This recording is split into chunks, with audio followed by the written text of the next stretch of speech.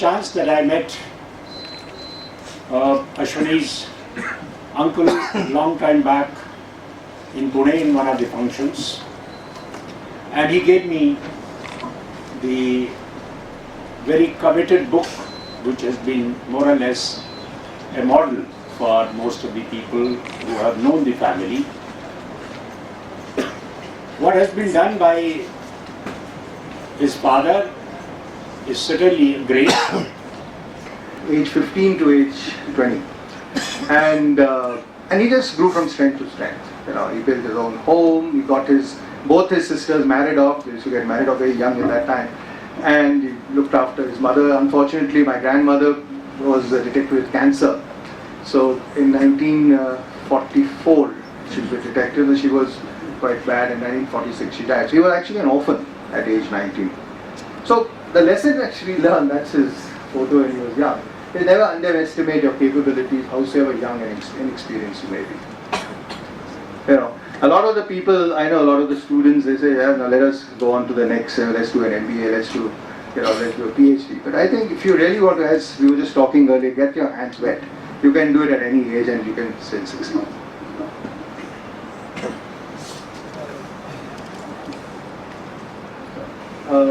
Sorry, I've taken one slide ahead. August to October, he actually had decided that he would stay. He said he wanted to live there. He said, and actually, you know, it's hindsight, you can say there was a partition, but a lot of people at that time of those years said that this is a temporary phase. You know, this thing, Hindu-Muslim problem will get over. And in the shop, said, okay, I'm coming back. I told the servant at home, I'm coming back. It's an early morning train, and I'll have my breakfast and lassi and stuff like that, and then I'll go to the shop. So he went actually to drop my bua. My bua realized, just that time, and there were a lot of Hindu-Muslim riots, happening every other. And at the station there was another huge kind of fracas. And so my bua just caught hold of me and said, hey, you're coming with me. So he said, I'll let my husband and child go to India. Anyway, so he just thought that he would humor her by getting onto the train and get off at the next station. Without any water, without anything, and they were just stuck at the station, at the border. And the military train, there was no Ganga Fasad, there was no, otherwise the train got saved. They stuck there for 7 days and landed up in Amritsar and finally came to Delhi. And there, he was penniless, he was a refugee actually. My chachas he had sent them off for a holiday to Jammu, to his cousins. Family would get upset. He said, best is let's not do anything with anyone. So he was loitering around wondering what to do, and there he met up in Connaught Place. This is a story, it was very interesting, with one of his friends who used to be in Rawalpindi. Yeah. And he was actually one of the good Samaritans, but one of the toughies, he was one of the big sardis and tough. And he would kind of, get everything going and help my father if there were any issues there. But so when they met and they hugged each other, they were meeting, that they've survived this partition and all. So then Santa asked my dad, so what are you going to do? He said, yeah, just, वो करते हैं, दुकान खोल देंगे और यहाँ शुरू करेंगे, क्या करें? So he said, okay, you live in Kannauj, you choose which shop, I'll get it for you.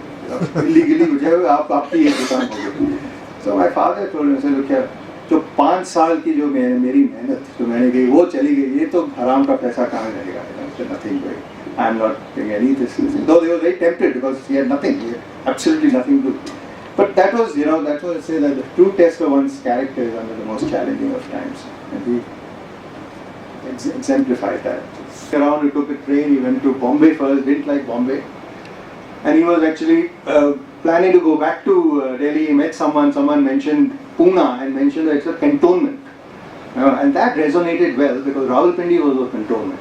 So that sounds interesting, let's go and explore this place. He lands up on 13th November 1947, and as was mentioned in the introduction, he had totally borrowed, I think, 2,000 rupees from some of the relatives in Delhi, and he looked around for a place, found a little shop there, and it was a crockery shop. So he actually went in a truck, picked up the goods from Bombay, came in the truck itself, picked it up, and he set it up. And on day 3, actually made his first sale, first profit. And that's, by the way, a very interesting a photograph of Main Street. It's not necessarily 1947, but I think it's around in the late 50s. If anyone been to Pune, now you can see what MG Road is.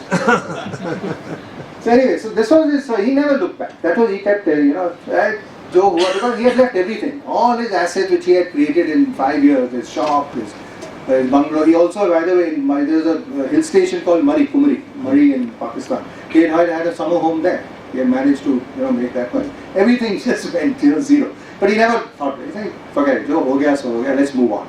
He never looked back, keep moving forward. This is a very, a lot of people. In fact, there are examples on the other side of when the same partition happened in in East Pakistan that time, Bangladesh. There are still refugees who are living in the Howrah and Calcutta railway station, and they lament, "Oh, हमारा सब था, वो चला गया," and all that. But I think a lot of the ones who came from West Pakistan, they really, as I said, failure was just not an option. They had to. How did they do? My father and mother, they got married exactly on the same day that Mahatma Gandhi was assassinated, on 30th January 1948. And so my father had started the shop, and then he got this telegram from my Bua saying marriage fixed. Immediately come to Delhi. He came. So in any case there was 14 days mourning, so there was no real honeymooning for them. And they just stuck around, and it so happened that the assassin happened to be from Pune. And they went back to Pune and carried on with the shop. But by this time what had happened, that this shop was located at the other end of Main Street, which is, I don't know if you know if anyone knows, which was not, first you started from here, from the cantonment side. So a lot of the shops started filling up here. So he really had a problem. Customers wouldn't come. He said there were days when we had 5 and 10 rupees sale in a day, totally.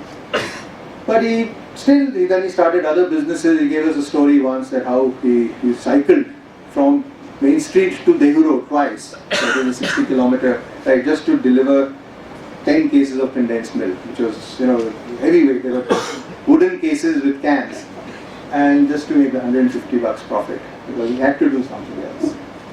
And he would take loans, for day loans, pay them, the interest for the day and pay back the same day. He never believed in loans. He was a totally debt 42. They say just enjoy it. Forget it. That never say die attitude. Penniless ho jayega anything. Just have fun, enjoy it. You do your best. Put everything in. Don't give up. But do your best. And it doesn't happen, that's over. This is background. I think now we come to the bit of the business angle and the management angle of the session. In April, in fact, we Panjus have this Vaisakhi, which is a big festival on 13th April 1956. My father, what happened was that he actually was dealing with a lot of these disposal goods and food items. Enough of the shop, let's do something more interesting. And he came across these products, which then you did some reverse engineering and actually produced a custard powder, which Wakefield is known for, and baking powder and Ponta. These are the 3 products which they developed. Behind the shop, the shop was still running, and behind the shop they had a parda, and behind that my mom, my uncle would actually do this mixing by hand, and with these candles seal the stuff, and then my uncle would go on his cycle and start delivering the product. And then they hit upon my father. This is actually called marketing genius. That now, this was, remember, we are talking of mid-50s. We're still suffering from, we still do actually, the white skin syndrome, as they call it. And these are Western oriented products. Had he called it a Malhotra brand, or Hindu brand, or Hindustan, or something like that, he realized that being Western product, he needed to have a Western sounding name. So he was walking around in Ballard Estate in Bombay, and there's a Wakefield, which is still there. It's called WAKE, Wakefield Estate, which kind of resonated. He said, let's just change the spelling. And so the story is, of course, a lot of the story used to go, this is a collaboration, joint venture with some foreign company. That's how it was formulated. Simple. And Wakefield came out and said it sounded nice. And that, till many years later, a lot of people thought this was a multinational company. It was a foreign sounding name. But that was a great thing. And because of that name, and they will just pack it. So that was Brown and Paulson. So he obviously said it has to be matching with the Western sounding name. And that was a marketing genius. That is something which, think about it, this is a person, not educated, and he had this marketing, genius, let's think of something, these sachets of shampoo, the low unit price. Well, actually, my father should actually be the pioneer of this, only he didn't talk about it. What happened was, Brown and Polson used to get it in bulk and pack these custard powder tins and corn flour and baking, and they would all be pound. There were no pounds and ounces. We were still in that regime, no grams. It was 454 grams. That is 1 pound can. Now that's a lot of custard, because I know ladies who have custard, you use 2 teaspoons, So you have a lot of custard to keep at home, and at that time, it was a large unit price. He developed these smaller packs. It wasn't a sachet, where there were a 100 gram pack, a 50 gram pack, 200 gram pack. And that really resonated, and so he got a much lower unit price, so people felt that, it's easy to buy, and you're not wasting so much of the stuff. And that was for B2C, that was from business to consumer. And then on the other side, he realized that there's a market, as I was telling, one of our early customers were the Taj group of hotels and Oberoi's and all. And so he realized that for them to buy these smaller packs, or even the 1 pound can, was a waste of money. So there are 2 kilo packs, 3 kilo packs, 25 kilo packs were developed. And very soon, you're talking of a company who was set up, Corn Product was set up by the Brits in 1935. And so there were their corn products in their current, the similar range of products. They had some other product which we are not doing. But these things very quickly with these very smart management techniques. This is a lesson learned from him. Ultimately, yes, books are there, management. Yes, you remember that book called What They Don't Teach You at Harvard School of Management. Well, you go by instinct. If you really feel this, of course, resonates more with entrepreneurs, who really want to get ahead of life. 6 to 1963, the steady growth. My father, very, very frugal in his spending. He would not spend major amounts of money on advertising and promotion. He said, let's give more to the dealers, more to the traders, let them earn, and let's all have a happy family. He had no bad habits. He was a teetotaler, so he really plowed back most of his profits into him. Today we feel is debt-free, absolutely debt-free. And this story of, by this time we had moved our home. We used to live in a small tenement in Convent Street near the market. Moved our home to Koregaon Park, which was a rented house in the 4th lane. So, and there, I think a princely sum of 500 rupees a month. Selling to the army, the canteen store department. They liked that product, and when the Chinese war happened, they found that would be a great product to be put in each Jawan's backpack, because it's a vitaminized juice powder. You can even have it with ice if you're in the high regions, and have it, and it kind of rejuvenates your strength. There's a lot of glucose in it, and that with that money, there's a lot of flavors. I remember I was a child, but they say that there was a brigadier level person who was actually stationed in that place just to ensure that all some use that money. He didn't borrow anything, and he built a factory, which a lot of you would remember had that Space Age gate. It's on the main Nagar Road. Lost used to be on the Nagar Road, and it was there from 1963. In fact, Mr. Y.B. Chavan inaugurated that factory, and from 63 to 2003 or 2004, it was there.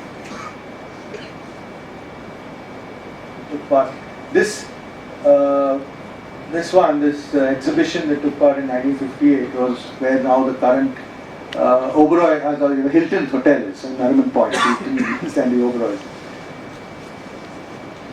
So, I think this is a very important thing, folks.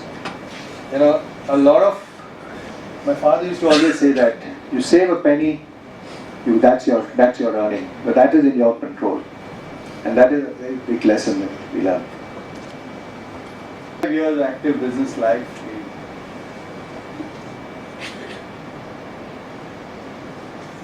In the country, and this was the age of license Raj, and it was at its highest. But he never really flinched from his principles. I don't know if you know, but I'm sure Tripathi, you know that in 7%. At that time, the finance minister, Mr. Morarji Desai, went on record and said, all profit you should give to the government. that was the logic. And And anyway, even at that time, my father, I had just started, going to the office and all that, and I was looking at his account. And he said, yeah, whatever is the rules of the land, we will follow. He never got tempted. Talking about principle, about what happened was I just joined business in 1981, 82 after doing my management. And we had this product, our third selling largest product at that time product was a jelly. Now, unknown to him all these years, that jelly at that time was one of the raw materials, gelatin. Now, he was staunch went to the manufacturer with Shoreline and Double Coat to find out what's happened. He had a meeting with the managing director. So while he was going in and he saw these mounds of white powders, he had this meeting, he finished, and he asked him, what are all those things? He said, that is our raw material. So what is that raw material? He said, that bone could be anything. They just send these Adivasis, send them to the forest which is in that area. That's where they located the factory. And they would get on a contract basis, so many rupees a kilo. They would come back. Now that could be bone of anything. It could be pig, cow, human. You never know. And this they would crush and give it. So anyway, innocently my brother just narrated this story to my father. My father was aghast, and I still remember I was looking after marketing at that time and said, and in fact, this was one of the products that I thought we would really push. And I remember just getting a copy of a memo which he had sent to all our distributors and dealers and sales staff from all India. With immediate effect, this product has been withdrawn by Wakefield. You will not get this info. So I went up to him and said, Pitaji, what are you doing? This is a big chunk of our sale. Nothing doing. We are not doing this. You do what you want, this product is wrong. We are not going to be selling bones to people, and telling them that, and not telling them about it. Anyway, as I say, necessity the mother of invention. We did a lot of research, and we were the first company to come out with the first vegetarian jelly. In fact, it's still known by a lot of people as Jain jelly. And that is now, the gelatin was replaced, substituted with a product called carrageenan, which is a derivative of the seaweeds from the oceans. So, but that led to propelled, unknowing to him, it led to a lot of innovation because of his staunch principles in life.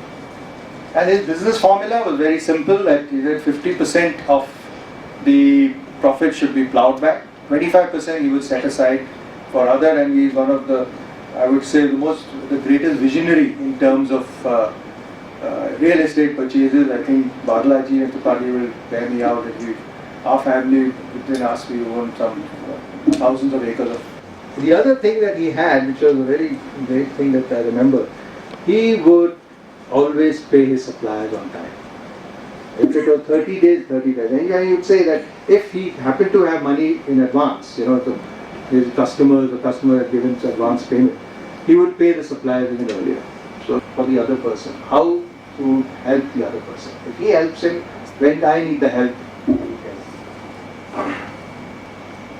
This is, I think, his, that he said, हम तो आराम की नींद सोते हैं हर रात. No contrary. And in fact, Harsh's father and Harsh started a mushroom business exactly around the same time that we did, and that floated a new company called Wakefield Agro because it involved debt, and my father said no debt, so we had a bit of an argument, and he said, okay, then you do it separately, in the sense it will be part of the Wakefield group, but there will be no funding. You arrange your debt, we put in some money as equity, but that's it. I did that. There was a lot of hoo-ha at that time about mushroom being the sunrise industry, etc. Well, as Harsh knows, a lot of things happened. There was anti-dumping duties, the Chinese prices, the competition prices was totally, absolutely disregarded. There was no way. We were just making losses after losses. And, the banks were now finally fed up. They say enough is enough, now you better start paying back, otherwise we're going to have a problem. And I remember I finally went to him, because although he kind of, because there were other things happening, so I was kind of keeping this, because obviously I had he wasn't, I hadn't taken his blessing, shall we say, in this project. So I was very hesitant to go to him. Finally I went to him and I said, this is what's happened, and this is just not working, what do you do? And I'm telling you, I was thinking that he's going to beat me up or do something, But he just said, okay, beta, this is fine, we made losses, you made. As long as your conscience is clear, as long as you have not done this purposely, losses happen, these things. But don't worry, we'll work on it together. And he said, the only thing that I don't want you to lose is your self-confidence. Forget money, that's not important. But self-confidence, because if that is lost, you can't really move on in life successfully. And that gave me so much solace. And then we still struggled for a few years after that, but I'm proud to say today that I think there were around 30 such mushroom units which were set up in the mid-90s. And today we're one of 3 survivors, and we're doing really well. That business is booming. And we're going to do something with the Taj on the mushroom front, and we've now added, we do around 8 to 10 tons of mushrooms, we're doing fresh mushrooms. And we started looking like mushrooms too. And it's doing, touch wood. And I think it was just that thing, and he really did. And then he did, we managed, he put in money, he pumped in money, he said, "Okay, jo bhi hai, let's get over it, we do it." And it was just that, his strength of his, and his conviction, and he was always confident. He kept telling me, this business has to do well, because there's bound to be more and more people wanting to eat mushrooms, because there's an IT culture coming in, it's a foreign thing, it's very good, it's nutritious, and it's got a meaty kind of taste, meaty, so it's a very a versatile product. You can have it with anything, So he had that marketing, genius in him, and he said, this has to do well, only you get your production right. That has to be done, and we finally got it right. And philanthropy, we have several philanthropic trusts which we run. Thanks to them. A great patriot. In fact, I should have brought that vision document. Way back in the 80s, he actually wrote what his vision of the country, the way it should be run. And he in fact sent it to Rajiv Gandhi, who acknowledged it shortly before he was assassinated. So it was, kind of, then I guess it just, he really used to do a lot of things. This was the Maratha chamber, the Gyani Zail Singh, the president, then he gave the award. By the way, the same shop and the same house, and when they narrated the story of how he left on that fateful day in September 1947, to the family who was living there now, and they just, here's the milk now, you can have it after 40 years.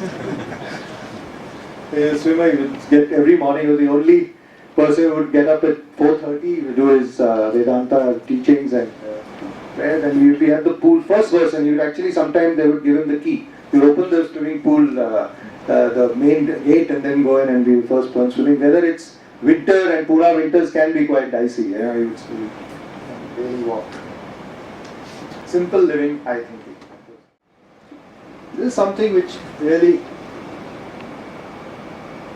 a boy of 15, how he could imbibe such ethical standards. You could be swayed at that young age, you could be swayed by anything. Right? And he just had that in him.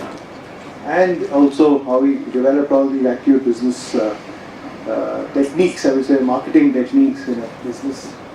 How I made it happen, I still marvel at that.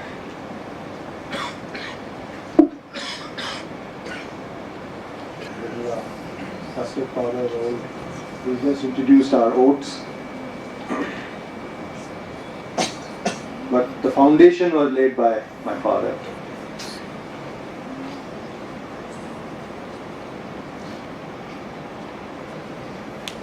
We have 3 plants. Our corporate office is located where our original factory used to be, opposite the Hyatt. There's one in Lonikand which anyone going to Pune, you can see it on the way. This is the Pakori unit, the mushroom unit, and the sausage unit, which is off the Nagar road. And then around 10 years ago we set up the plant in Himachal, and that kind of caters to the north and east.